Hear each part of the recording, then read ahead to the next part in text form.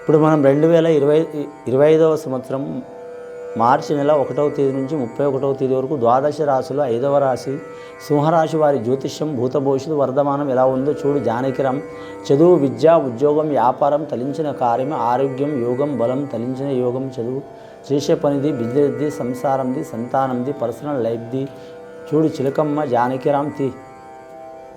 హింసా, యోగం, బలం, తలించిన కార్యం ఎట్లా ఉన్నది, నమ్మిన పని, చేసే పనిది, అడవపడ్డ పనిది, చేసే పనిది, నమ్మిన పనిది చూడు.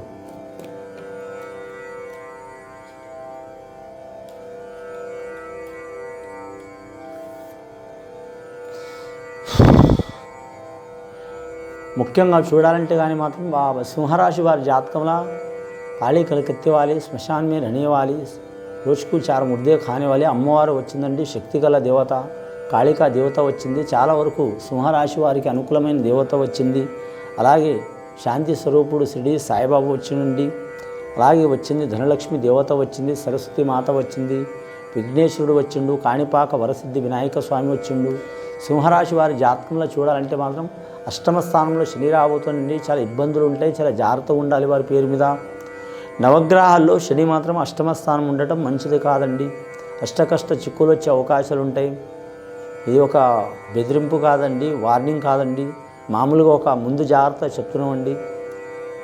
ఈ అష్టమ శని ఉన్నందువలన అష్టకష్ట చిక్కులు అంటే మాత్రం ధనంలో ఇబ్బంది రావటం, ఆరోగ్యంలో ఇబ్బంది రావటం, చేసే వృత్తి నష్టం కావటం, వాహన ప్రమాదం జరగటం, అలాగే సంతానంలో నష్టం రావటం, అలాగే నమ్మిన వారు మోసం చేయటం, అలాగే మిత్రభేదం కావటం, అలాగే భార్యాభర్తలు విడిపోవటం, ఇలాగే మృత్యుప్రదమైన గండాలు రావటం, ఇలా జరిగే అవకాశాలు ఉంటాయండి. సింహరాశి వారి జాతకంలో సింహలగ్నంలో పుట్టినవారు, అలాగే సింహరాశి వారు, మకా నక్షత్రం వారు, ఉబ్బా నక్షత్రం వారు ఇలాంటి సంఘటనలు, చిక్కులు, చికాకులు తొలగిపోవాలంటే మాత్రం ఖచ్చితంగా వీరు మృత్యుంజయ హోమం చేపించడం మంచిది. అలాగే ఆ పరమేశ్వరుని కాడ మాత్రం కాళభైరవుని పూజ చేయటం చాలా వరకు మంచిదండి. ప్రతి శివాలయంలో మాత్రం ఖచ్చితంగా నందీశ్వరుడు ఉంటాడు, రెండవది మాత్రం ఖచ్చితంగా కాళభైరవుడు ఉంటాడు. కాబట్టి కాళభైరవుడికి పూజ చేస్తే వీరి మీద ఉన్న అష్టమ శని మాత్రం ఖచ్చితంగా మాత్రం ఈ శనీశ్వరునికి కాళభైరవుడికి మిత్రుస్థానం ఉంటుందండి. అంటే మిత్రులు లెక్క అన్నట్టు. ఆయనకు పూజ చేస్తే ఈయన తగ్గే అవకాశం ఉంటుంది. రెండవది సద్బ్రాహ్మణులతో కానీ మీకు తెలిసి ఉన్న అయ్యగారులతో కానీ సద్బ్రాహ్మణులతో కానీ మాత్రం ఖచ్చితంగా మాత్రం మహామృత్యుంజయ హోమం చేపించడం చాలా వరకు మంచిదండి. వాహన విషయంలో జాగ్రత్తగా ఉండాలి, దూర ప్రయాణం చేసేవారు జాగ్రత్తగా ఉండాలి. వివాహం శుభకార్యం చేయాలనుకునేవారు కలిసి వచ్చే అవకాశాలు ఉన్నాయండి. నవగ్రహాల్లో శనిగ్రహం బాగాలేదండి, గురుగ్రహం అనుకూలంగా ఉన్నది. కాబట్టి ఎక్కడ పోయినా వీరికి పేరు ప్రఖ్యాతులు లభించే అవకాశాలు ఉంటాయి. కేతుగ్రహం బాగుంది కాబట్టి మాత్రం వీరికి జ్ఞానశక్తి చాలా ఉంటుంది, ఆలోచన శక్తి చాలా ఉంటుంది, దైవభక్తి చాలా ఉంటుంది. అలాగే అందరినీ మంచి చేయాలనుకునే గుణం ఉంటుంది, కానీ నష్టం పరచాలనే గుణం ఉండదు. నాయకత్వ లక్షణాలు ఉంటాయి. చిక్కరు దొరకరు, ఒకరికి అర్థం కారు, ఒకరిని నష్టం చేయరు. ఎంతటి ఇబ్బంది వచ్చినా, ఎంతటి సంతోషకరమైన యోగం వచ్చినా వీరు మంచిగా ఉన్నామని పొంగిపోరు, ఇబ్బంది వచ్చిందని కుంగిపోరు. చాలా గంభీరమైన స్వభావం ఉంటుందండి. మంచినైనా చెడునైనా ఒకే రీతిగా తీసుకునే గుణం ఉంటుందండి. వీరు జాతకంలో చూడాలంటే మాత్రం రాజకీయ రంగంలో అయితే కలిసి వస్తుంది, కానీ కొన్ని ఇబ్బందులు తప్పవండి. ముఖ్యంగా మాత్రం మిత్రభేదాలు జరిగే అవకాశాలు ఉన్నాయి. నమ్మిన వారి వలన ఇబ్బందులు వచ్చే అవకాశాలు ఉన్నాయి. నవగ్రహాల్లో వీరికి చంద్రుడు అనుకూలంగా లేడండి. చంద్రుడు అనుకూలంగా లేనందువలన మాత్రం మానసిక ఒత్తిడి తప్పదండి. ఆలోచన శక్తి చాలా ఉంటుంది. 15 రోజులు మంచిగా ఉంటే, ఇప్పుడు చంద్రుడు అండి 15 రోజులు మాత్రం క్లియర్గా ఉంటాడు, 15 రోజులు క్షీణిస్తూ ఉంటాడు నెలలో. కాబట్టి అలా ఒక నెలలో వీరికి 15 రోజులు అనుకూలంగా ఉంటాయి, 15 రోజులు ఇబ్బందులు ఉంటాయి. కాబట్టి కొంచెం మానసికంగా ఇబ్బందులు, చిక్కులు, చికాకులు వచ్చే అవకాశాలు ఉంటాయి వీరి జాతక బలానికి.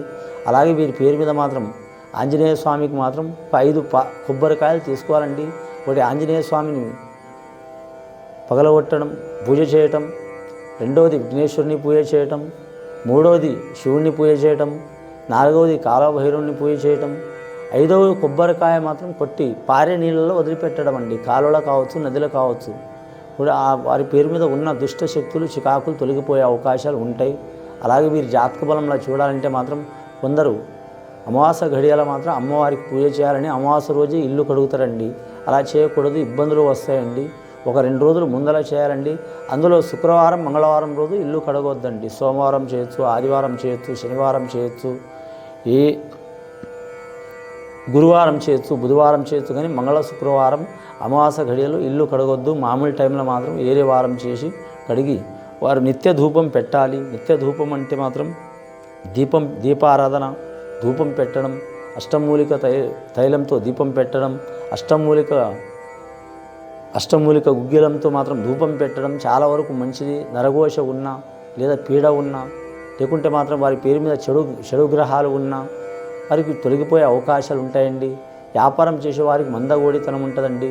ఉద్యోగస్తులకు మాత్రం ఇబ్బందులు తప్పవండి. కొలీగ్స్తో కావచ్చు, బాసులతో కావచ్చు, ఇబ్బందులు తప్పవండి. వివాహం కాని వారికి మాత్రం నిదానంగా వివాహం అయ్యే అవకాశం ఉందండి. ఆల్రెడీ వివాహమైన వారికి భార్య భర్తలు ఇబ్బందులు, చిక్కులు, చికాకులు తప్పవండి వారి పేరు మీద. అలాగే పెద్దల నుంచి వచ్చే ఆస్తి అయితే మాత్రం నిదానంగా వచ్చే అవకాశం ఉంటుందండి. అలాగే భార్య భర్తలు రాముడు ఒక దిక్కు, సీత ఒక దిక్కు ఉన్నవారు, కోర్టు కేసులు ఉన్నవారు, చిక్కులు, చికాకులు ఉన్నవారు ఖచ్చితంగా రాజీ చేసుకోవడం మంచిదండి. అలాగే వీరి పేరు మీద చూడాలంటే మాత్రం ముఖ్యంగా వాహనాల్లో జాగ్రత్తగా ఉండాలి. ప్రయాణం చేసేవారు అంటే దూరం అండి. ఇప్పుడు ఎక్కడ పోయినా ఎవరికి బండి లేనిది ఎవరు పోతలేరు. ఒక 2 కిలోమీటర్లు పోవాలన్నా ఒక చిన్న స్కూటీ కానీ లేదా మనది ఏదైనా హీరో హోండా కానీ లాస్ట్కి మాత్రం చిన్న వాహనం తీసుకొని పోతుండండి. ఈ చిన్న దూరాలు 2-3 కిలోమీటర్లు కాదండి. దూర ప్రయాణం చేసేవారు మాత్రం చాలా జాగ్రత్తగా ఉండాలి. అలాగే వీరి పేరు మీద మాత్రం శనేశ్వరునికి తైలాభిషేకం చేయించడం చాలా మంచిది.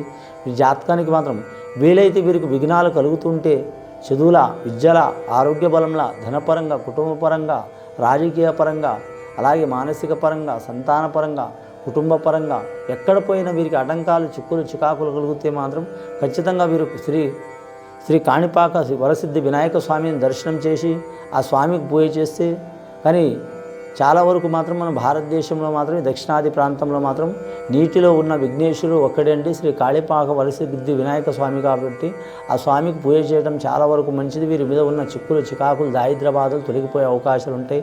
పుబ్బా నక్షత్రం వారి జాతకంలో చూడాలంటే మాత్రం కలిసి వచ్చే అవకాశం ఉంది. మకా నక్షత్రం వారు మల్లికార్జున స్వామికి పూజ చేయడం మంచిది. వీరికి అనుకూలమైన వారం ఆదివారం ఉంటుందండి. అనారోగ్య సమస్యలు ఉన్నవారు ఒక 10 నిమిషాలైనా సరే మాత్రం ఆదిత్య హృదయ పారాయణ చేయడం చాలా వరకు మంచిది.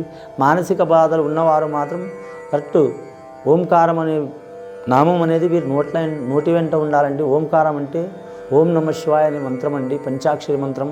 మంత్రం అంటే మంత్రమని కాదు, శ్లోకం. ఒక 15 నిమిషాలు 20 నిమిషాలైనా చేయాలి. చేస్తే చాలా వరకు మంచిది వీరి పేరు మీద. కానీ అన్నదానం చేయటం చాలా వరకు మంచిది. వ్యవసాయం చేసేవారికి ఇబ్బందులు తప్పవండి. పౌల్ట్రీ రంగం వారికి ఇబ్బందులు తప్పవండి. అలాగే పంట యోగంలో కూడా ఇబ్బందులు ఉంటాయండి. అలాగే భూమి నుంచి కానీ, స్థలం నుంచి కానీ, స్థలం తీసుకోవడం కానీ, కొనడం కానీ, అమ్మడం కానీ, లోన్ తీసుకోవడం కానీ గవర్నమెంట్ పరంగా అలాంటి సిచ్యువేషన్ ఉంటే తప్పకుండా వారికి మంచి జరిగే అవకాశాలు ఉంటాయండి. గత కొన్ని సంవత్సరాల నుంచి పడుతున్న బాధలు, చిక్కులు, చికాకులు, దారిద్ర్య బాధలు తొలగిపోవాలంటే మాత్రం ఖచ్చితంగా కాళభైరవుని పూజ చేయటం, శనీశ్వరుని పూజ చేయటం, అలాగే విఘ్నేశ్వరుని ఆరాధన చేయటం చాలా వరకు మంచిదండి. ఇది విని చూసి ఆచరించే వారికి చాలా వరకు ఆ పరమేశ్వరుడి దయ వలన